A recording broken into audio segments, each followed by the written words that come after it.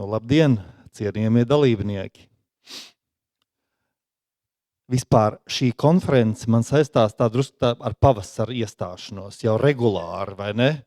Šodien gan ir tāds drusku arktisks klimats, bet tomēr ir noticis. Tā kā, un otrs, es biju vienkārši ļoti pārsteigts, cik daudz jautājumu bija uzdoti no jums, tā teikt, pirms konferences. Jūs padarījāt manu prezentāciju ļoti vieglu. Lūk, bet es tiešām esmu Māris Vainovskis, un es esmu jau praksē vairāk kā 20 gadus zvērināts advokāts, un ejam cauri uguņiem un ūdeņiem kopā ar visiem jums, katru mīļu dienu. Lūk, un par ko tad es šodien gribu jums pastāstīt? Tieši tā, jūsu jautājumi, viņi man palīdzēja tādā ziņā, ka man pilnīgi skaidri izkristalizējās 3 lietas, par kurām es jums šodien gribu pastāstīt, un tad procesa gaitā mēģināsim saprast, kuras tad ir tās 3 lietas. Bet ķeroties pie pirmās lietas, es gribu pastāstīt par tādu vienu sarunu, ko es nekad neaizmirsīšu ar vienu pašvaldības uzņēmuma valdes locekli. Mums bija tāda diskusija, mēs sēdējām un spriedām, kuram ir, varētu teikt, kuram ir grūtāka dzīve. Ja? Un var nošķirt vai grūtāka, vai sarežģītāka, vai interesantāka. Es aizmirstu tieši to pamattēmu, bet un līdz šīs uzņēmuma valdes loceklis man teica, Māri, padomā, kam tik es šodien nav jāiet cauri. Man no rīta bija tikšanās ar akcionāru. Ja? Tur ir vesels, ekspektācijas, intereses un tā tālāk. Tad es nofokusējos uz to. Nākošā tikšanās ar piegādātāju, vai ne? Un tur ir arī, tur par līgumu ņēmāmies un tā tālāk, un tur atbildības jautājumu un arī viss, kas man jādabon cauri. Tad man piezvana deputāts, ja, viņš nav tiešā akcionāra pārstāvs, bet viņš saka, tev jānodrošina tas un šitais, ja, un kā, tad es nevaru ignorēt šīs intereses, ja. Un pēcpusdienā bija tikšanās ar banku. Un tur viņiem ir kas bankām ļoti patīk līgumos, ja? Kovenantes, ja? Finanšu prasības. Un tad es beigās sapratu, jā, pareizi, man taču tās bankas intereses ir galvenais, kas jāievēro. Citādāk, zin kā, man tur būs liela atbildība. Un tad es teicu, jā, bet tu padomā, cik man ir tādā ziņā, viņš saka, un padomā, cik daudz man dažādas intereses.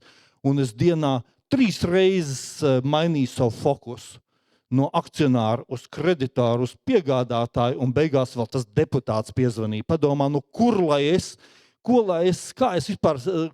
ko lai es fokusējos?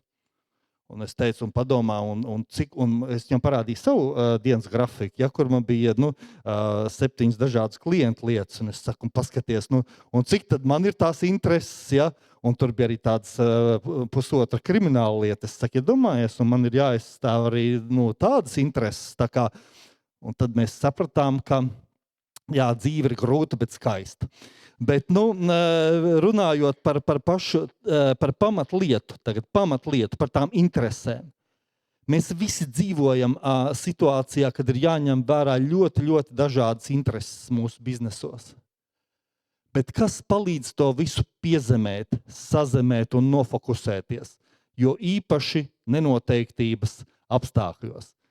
Tad ar kuru interešu aizstāvību mēs nekad nenokļūdīsimies? Ja es jums prasu, kuras intereses jūs tad īsti pārstāvat komercsabiedrības vadībā, kā valdes loceklis, padomes loceklis, menedžeris, darbinieks, tad kuras komercsabiedrības, vai ir kādi citi vēl viedokļi, varbūt, ka akcionāru intereses dominē, varbūt tomēr tas kreditors. Ja? Tātad komerces sabiedrības intereses. Un tas ir, kolēģi, ja viena lieta no šīs manas uzstāšanās paliek atmiņā, tad tā principā ir tā vienkāršā atbilde savā ziņā uz visu. Ja? Un tas arī ir tas fiduciārais, tas fiduciary duty, tas lojalitātes, tas rūpības, tas principā, kā saka, iesaistas pienākums, kurš katram foršam menedžerim, krīzes vadītājiem ir attiecībā pret to komerces sabiedrību, kurā viņš un viņa strādā. Lūk, tas ir tā, pēc dzīvē gūtajiem novērojumiem uz šo atbildi īsti nevar nokļūdīties. Un tad arī vienkāršāk kļūst arī, kā saka, tā dzīve, ja vairs nav tik sarežģīta, tik grūta. Lūk, tā kā, paskatīsimies vēl tālāk. Mēs runājām par dažādām interesēm. Bet vai šīs intereses, ja es strādāju komerces sabiedrībā, vai es varu ignorēt kreditorus, mazākuma akcionārus, darbiniekus un citus? Vai man ir jāskrien līdz šām interesēm? Ko mēs darām ar tām interesēm? Viņas taču ir nozīmīgas, vai ne? Vai ne? Tās ir tās, kuras mēs nevaram ignorēt. Mēs viņas respektējam, bet viņas nav, tā saka, pamats. Atkarībā no situācijas, atkarībā no riska līmeņa, pieņemsim uzņēmumu grupā, tagad nenoteiktības apstākļos, vienam uzņēmumam grupā kļūst grūti, ja? Ir nepieciešams papildu finansējums, ir nepieciešams tiek paņemts kredīts, un banka saka, kā es gribu ieķīlāt visas grupas aktīvus, ja? Pamatojoties uz to, ka tā tad ir jāglāb tas viens uzņēmums, vai arī jūs nopērkat veselu uzņēmumu grupu un pēc tam tiek ieķīlāti citi uzņēmumi un apgrūtināti. Vai vienmēr būs šī rīcība bez riska? Jā, ja jums pieder visa tā grupa 100% un tā tālāk, tad saimnieks rīkojas, viņš apgrūtina šos aktīvus un tā tālāk. Bet ja tur ir mazākuma akcionāri, vai ne? Ja tur ir arī citi kreditori, tās intereses uzreiz būtiski palielina risku. Ja, tādēļ faktiski nav viens pareizs risinājums, bet ir konkrētās situācijas, konkrētās iesaistītās personas, viņu intereses un viņu riska vadība. Lūk. Tā kā tas ir tā kā par bāzi mēs tikām skaidrībā, un tādēļ man arī tas fiduciārais pienākums, jeb tas rūpības pienākums no viņa, kā Egils Levits teica, viņš saka no Latvijas Satversmes 1. panta, viņš vienreiz teica, var izsecināt visu, kas mums Latvijas republikā ir jādara. Demokrātiska, neatkarīga republika, vai ne? Un no tā pakāpeniski tad izriet arī visi tie pārējie rīcības standarti, varianti, likumi, noteikumi, procedūras, rīkojumi, politikas un viss pārējās mūsu dzīves jaukās lietas, vai ne? Un līdzīgi arī tad, no tā fiduciārā pienākuma, no tā lojalitātes pienākuma, no tā rūpības pienākuma, viņam tad attiecīgi viņš sastāv. Ir pakārtoti visi tie, kā saka, pārējie jau tie līmeņi, atbilstība, uzraudzība, pienākums rīkoties savu pilnvaru ietvaros, vai ne? Respektēt citas intereses. Tā kā pašu galveno, ja es jums esmu pastāstījis, un tagad, vēl varbūt, kas saka, atkal no gūtajiem novērojumiem. Ne jau vienmēr, kas saka, ir tā, ka tu sēdi un dokumentē pilnīgi visu un visu dienu pavadi tikai un vienīgi, kā saka, domājot par to. Protams, kad ir dažādas atkal situācijas. Ja ir mērena nenoteiktība, ja ir tāda situācija, ka saka business as usual, tad ir parastās procedūras, parastie scenāriju analīze, parastās ziņošanas. Bet līdz ko situācija paliek kritiskāka, līdz ko riski pieaug, reizē mums kā cilvēkiem rodas drusku tāda hausa, vai ne? Nenoteiktības sajūta. Bet tomēr kā jurists, ar 20 plus gadu praksi, es gribu pateikt, ka tajā brīdī tas fokus, šī papildus dokumentēšana augstākas un hiperaugstas nenoteiktības apstākļos vai arī hiperaugstāku risku apstākļos, tas tomēr atmaksājas šie rūpīgākā pieeja. Nenoteiktība neatceļ rūpību. Es nekad neaizmirsīšu to nopūtu no viena valdes locekļa, kuru atbrīvoja, kā saka, tiesa. Viņš bija iesūdzēts kopā ar citiem pārējiem valdes locekļiem par apmēram 100 miljonu atbildības prasībā, viena no lielākajām lietām. Un tā tikšanās, kad mēs paskatījāmies to tiesas nolēmumu, ar kur viņš tika tomēr unikālā veidā atbrīvots no, kas saka, izslēgts no to, kas saka, no to atbildīgo sastāva tikai tāpēc, ka varēs ļoti skaidri un precīzi iedot protokolu, kurā par to jautājumu, kas bija ļoti riskants viens liels darījums, kas bija visas tās prasības pamatā, bija pilnīgi skaidri uzrakstīts, ka viņš bija pret to un atstāja zāli un nepiedalījās vispār tajā balsojumā. Tātad faktiski ar dokumentēšanu šajā riskantajā situācijā šis valdes loceklis tika vaļā no solidārās atbildības. Ja nebūtu bijis šā protokola, nebūtu bijuši šā pierādījuma, nebūtu bijusi visa tomēr, tas audit trail būtu bijis citādāk. Līdz ar to tas mans otrs secinājums. Jā, mums ir lojalitāte, ir tas fiduciārais pienākums, bet tas ir jādokumentē. Atkal, kāpēc man tas ir iesēdies atmiņā, kā jauns jurists, arī, kas saka, mēs sākām savu praksi auditoru firmā ļoti cienījamā PricewaterhouseCoopers, toreiz bija vis tās apvienošanās un tā tālāk. Es kā tagad atceros to vienu plakātu,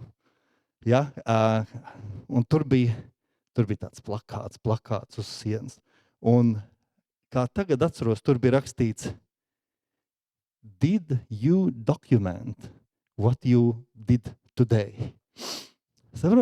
Un tas kaut kā ir gājis cauri arī tomēr dzīvei, vai ne? Un atkal, runājot par riska vadību, par visu, es tā padomāju, visā savā advokāta karjerā, ja mēs nerakstītu tos laikus, advokāts, starp citu, dienas trakākā daļa ir pierakstīt, ko tu šodien darīji, jo citādāk rēķināt to grūti tos laikus ielikt, un klients saka, pārāk vispārīgs apraksts un tā. Bet tas tomēr iet cauri visam. Un līdz ar to arī dokumentēšana, līdz ar to šīs informācijas piefiksēšana risku vadībā ir neatņemama sastāvdaļa. Lūk, un tagad, ja mēs ejam pie vēl tāds pāris jautājumu, kas ir ļoti arī saslēdzās ar to, ko jau iepriekšējie kolēģi stāstīja ļoti profesionāli. Aktualitāte. Vai mūsu risku novērtējums, tas, kas mums ir, vai viņš atbilst šodienas situācijai? Vai valdes un padomas locekļi, vai mēs dziļi saprotam to lojalitātes standartu pienākumu, kā interesēs mēs strādājam, komerces sabiedrības interesēs? Vai mūsu protokoli dokumentē to, kas patiesībā tika lemts un arī riskus pareizi norāda? Vai mums ir pareizs šis eskalācijas mehānisms? Ja krīzes situācijā īpašnieks piezvana ražošanas direktoram un saka tā, met visu pie malas, tagad mēs ražosim to un to. Vai šis ražošanas direktors ir loģiski, ka viņš vienkārši uzreiz nomet visus pārējos kontraktus pie malas un metas ražot to, ko īpašnieks pateica? Vai tomēr nebūtu pareizi, ka šajā kompānijā ir tāds eskalācijas mehānisms, ka viņam ir pienākums, viņš īpašniekam saka, protams, tūlīt darīšu, man tikai pēc jūsu apstiprinātās īpašnieku procedūras ir jāpasaka tas valdes loceklim, un tad mēs kopīgi pieņemsim lēmumu, un tad mēs visu darīsim. Viņš jau neatsaka, bet viņš rīkojās atbilstoši šādas prasības eskalācijas mehānismam, un tad jau kopā ar valdi tad jau nodokumentē to, un ja īpašnieks to visu apstiprina, nu tad labi, bet tas īpašnieks nevarēs pēc tam iesūdzēt viņus tiesā. Jūs saprotiet, pareizi eskalācijas un dokumentēšanas mehānismi. Nu jā, noslēgumā tātad atkal tā kā šodien par to tēmu ir, kad ne jau tikai jūsu kolēģi vērtē, bet arī tiesas reizēm skatās. Un šeit ir divi tiesu nolēmumi. Vienā gadījumā diezgan lielas kārtības, normāls prēmijas bija un visādi maksājumi. Un iesūdzēja tiesā valdi, sakot, nu pa lielu, ja, tie ir zaudējumi. Bet viss bija ar pamatojumu, dokumentēts, pierādīts, precīzi. Tiesai nebija nekāda pamata piedzīt zaudējumus. Citā gadījumā es skatos, ir diezgan reāls case, man ir skaidrs, kāpēc tas bizness nesanāca. Bet no 1 miljona līdz 0 tika bez dokumentiem, bez pierādījumiem, un tad stāstīja, nu nesanāca tāpēc, ka tas jau it kā bija pamatoti. Bet tā kā nebija dokumentācijas, bija nolēmums piedzīt zaudējumus. Tāpēc, kolēģi, kas tad ir tas trešais? Mēs tikām pie lojalitātes, pareizi fiduciārais pienākums lojalitāte, ir jāpiedokumentē sava lojalitāte, tas ir otrais. Un trešais, tas, kas gāja cauri visam, un arī citu kolēģu prezentācijām, komunicē, vai ne? Overkomunicē. Esi lojāls, dokumentē un komunicē. Lūk, mana piedāvātā formula, risku vadības apstākļos, jo īpaši nenoteiktā laikā. Paldies! Jā, paldies! Jā, paldies, Māri! Tev var būs pāris jautājumi, ak, Dievs, nu? Jā. Un tas viens no jautājumiem ir tāds, tu teici, ka ir tāda parastā situācija, ja, ka viss tā mierīgi, un tad ir tās visas citas situācijas. Man jau liekas, ka tagad ja mēs esam tādā situācijā, kad ir visas citas situācijas. Jā. Parastais režīms vairs nav. Nu, kas tad ir tas risks uzņēmumu valdēm, padomēm, ja mēs dzīvojam joprojām tādā parastā situācijā, bet īstenībā tā nenoteiktība un viss ir tā izmainījies, ka mēs vairs nevaram dzīvot tā. Jā. Tos riskus saredz. Nu, tieši tā. Te jau bija redzams tie galvenie riski, vai ne? No ģeopolitiskajiem līdz IT, līdz kiberdrošības un vispārējais. Tā ir apzināšanās, tā ir aktualizēšana un tā ir fokusēšanās. Neatkarīgi no tā, kad it kā šķiet, ka tagad ir viss slikti, viss ir sagruvis. Fokus, Andri, struktūra, ja, un dokumentēšana. Tas ir tas, kādā veidā mēs varam no šīs situācijas loģiski ar kontroli iziet viņai cauri. Tādi būtiski norādījumi, 3, jā, ļoti, ļoti labi. Un otrs jautājums par to, ka, man liekas, klausoties tavā prezentācijā, es atceros tā, mēs varam nopirkt to oktu vai kasko, bet tas jau nepasargās, ka mēs tur varam iebraukt grāvī. Un ka tā apdrošināšana un dokumentēšana reiz arī tiesās nepalīdz. Kas būtu tāds, ja tev vajadzētu pavisam īsi izstāstīt, valdes, šodien daudzi klausās, risku vadītāji, labi, apdrošināšana man ir, bet kā novērst to, lai tas uzņēmuma kuģis neieslīd sānslīdē kādā līkumā grāvī? Tieši tā. Bet par apdrošināšanu arī jālasa mazais teksts un tomēr vajag rūpīgi palasīt cauri, jo nereti tur var vēl daudz ko uzlabot. Bet mana atbilde ir tāda, redzi, uzņēmums, protams, mēs strādājam, lai gūtu peļņu, ja? Bet atkal tas, redzi, risks viņš ir īstermiņš. Pareizi, viņš ir visādi, visa šī reakcija, bet tomēr neļaut īstermiņa destabilizācijai ietekmēt vidēja termiņa un ilgtermiņa kursu. Mēs cīnījāmies komerclikuma darba grupā, lai ierakstītu to, ka uzņēmējdarbība ir sistemātiska komerciāla darbība nolūkā gūt peļņu. Ja? Vēl nav izdevies dabūt iekšā to, lai nodrošinātu uzņēmuma ilgtermiņa attīstību. Tur bija iepriekš ilgtspējas laikos bija par ilgtspēju, ja, bet es esmu par to īstermiņš versus ilgtermiņš. Tu nekad nenokļūdīsies, ja tu skatīsies ilgtermiņā. Tāda atbilde. Saglabāt skatu. Jā, saglabāt skatu cauri tai problēmai, cauri tam riskam.